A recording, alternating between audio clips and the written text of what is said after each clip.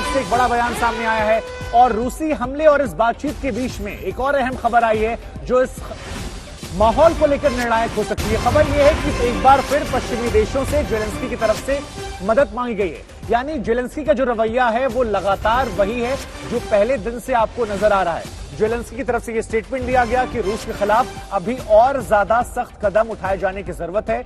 आपने जो सैंक्शंस लगाए हैं वो सैंक्शंस नाकाफी हैं। इससे पहले भी आपको याद होगा, चाहे नो फ्लाई जोन की बात कर ली जाए या और अलग अलग तरीकों से रूस पर प्रतिबंध लगाने की बात की जाए, कुल मिलाकर बातचीत के दौर में जब ऐसी खबरें सामने आती हैं तो क्या पीके श्रीवास्तव सर ये खबरें निराश करती हैं? क्योंकि एक तरफ मानवीय संवेदनाएं नजर आ रही हैं, 4 बड़े शहरों में सीजफायर का ऐलान हुआ है, तीसरे दौर की बातचीत है, मध्यस्थता भारत कर रहा है, लेकिन उसके बीच में जेलेंस्की का ये बयान, ये जो उनका अप्रोच है, क्या ये युद्ध विराम के लिए एक सही संकेत नहीं है? बिल्कुल सही संकेत नहीं है। आप देखिए, जब जब इस युद्ध के दौरान रूस की तरफ से कोई नरमी दिखाई गई, किसी तरह की मैसेजिंग की गई, सीज फायर का ऐलान किया गया, जेलेंस्की ने उसी वक्त उसी दिन एक युद्ध को बढ़ाने वाली बातों पर ध्यान ज्यादा दिया। ये बयान बहुत ही, आप जब शांति वार्ता की ओर बढ़ते हैं तो आपको माहौल बनाना पड़ता है। जब तक दोनों तरफ कोशिश नहीं करेंगे माहौल बनाने के लिए, शांति वार्ता कभी भी सफल नहीं होगी। तो यहाँ पर जेलेंस्की का बयान अब इतना कड़ा रुख कि सैंक्शन जो लगे हैं वो सफिशिएंट नहीं है, वो ये साबित करते हैं कि जेलेंस्की का फिलहाल कोई इरादा नहीं है कि वो इस युद्ध को विराम की तरफ ले जाएं।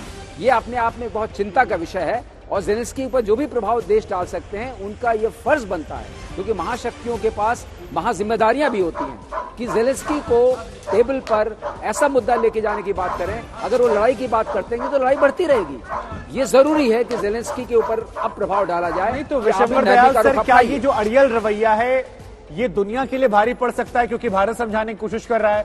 इमैनुअल मैक्रो को बयान सामने मुझे याद आता है जिसमें उन्होंने कहा कि देखिए क्या कॉन्सिक्वेंसेस, ये ह्यूमैनिटेरियन क्राइसिस की तरफ बढ़ रहा है। इस तरह की चीज बहुत ज्यादा ह्यूमन लॉसेस को बढ़ाएगी। अभी तक आपके जितने भी चित्र आए हैं आपने देखा, उसमें खंडहर इमारतें दिखाई, आपने खंडहर हुए, आपने तोप, गोले, बारूद, टैंक दिखाए, जहाज दिखाए, लेकिन आपने कोई लाशें बिछी हुई नहीं दिखाई। जिसका मतलब कि ह्यूमन लॉस, आप वर्ल्ड वॉर 2 की पिक्चर्स देखिए, उसमें अगर आपको खंडहर इमारत दिखाई देगी तो साथ में बहुत सारे ह्यूमन लॉसेस भी दिखाई देंगे। कम से कम यहाँ पर यह सावधानी बरती गई है कि ह्यूमन लॉसेस कम हुए हैं। जेलेंस्की को सोचना चाहिए। सर आपका एक वैलिड पॉइंट है, उसको मैं विशंबर सर के पास ले जाऊंगा। सर यहाँ पर युद्ध है लेकिन संयम भी दिखाई पड़ रहा है, संयम इंसानों को लेकर, मानवीय सहायता को लेकर, मानवीय कॉरिडोर को लेकर।